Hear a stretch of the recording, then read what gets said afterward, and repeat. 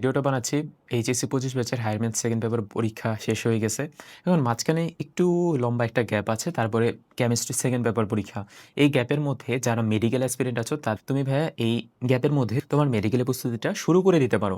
তোমার chemistry second paper কিন্তু একটু হলেও পড়া আছে। কেমিস্ট্রি সেকেন্ড পেপার পরীক্ষার আগে ২ দিন বা ৩ দিনও যদি তুমি সময় নাও তাহলে কিন্তু একটা ভালো প্রিপারেশন নিয়ে পরীক্ষা দেওয়া যায়। আর প্র্যাকটিক্যালের জন্য কোনোদিনও বসে থাকার দরকার নাই। দেখো মেডিকেল ভর্তি পরীক্ষার জন্য সেকেন্ড টাইমাররা যেরকম আছে ফার্স্ট টাইমার অর্থাৎ ২৫ ব্যাচের স্টুডেন্টরা তারাও কিন্তু উঠে পড়ে লেগে বসে আছে।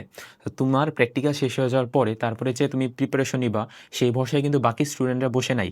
কারণ মেডিকেল ভর্তি পরীক্ষায় আমরা সবাই জানি যে এখানে ১ লাখের বেশি স্টুডেন্ট পরীক্ষা দিবে, চান্স পাবে ৪,০০০ এর মতো।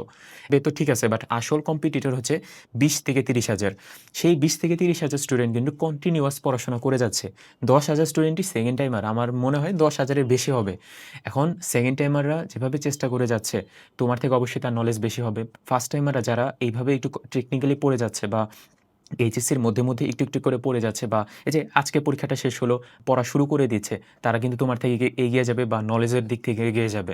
আর অবশ্যই মনে রাখতে হবে কোনো কোচিংয়ের কোনো কথাতে বিভ্রান্ত হব না।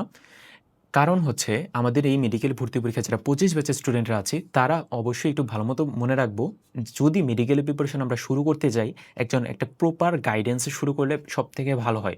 প্রপার গাইডেন্স কিভাবে এইচএসসি ২৫ ব্যাচ শুরু করবা মেডিকেলের প্রিপারেশন A to Z ভাবে, আমি একটা টোটাল একটা ভিডিওর লিঙ্ক আমি নিচে কমেন্টে দিয়ে দিয়েছি। তুমি একটু বিস্তারিতটা দেখো।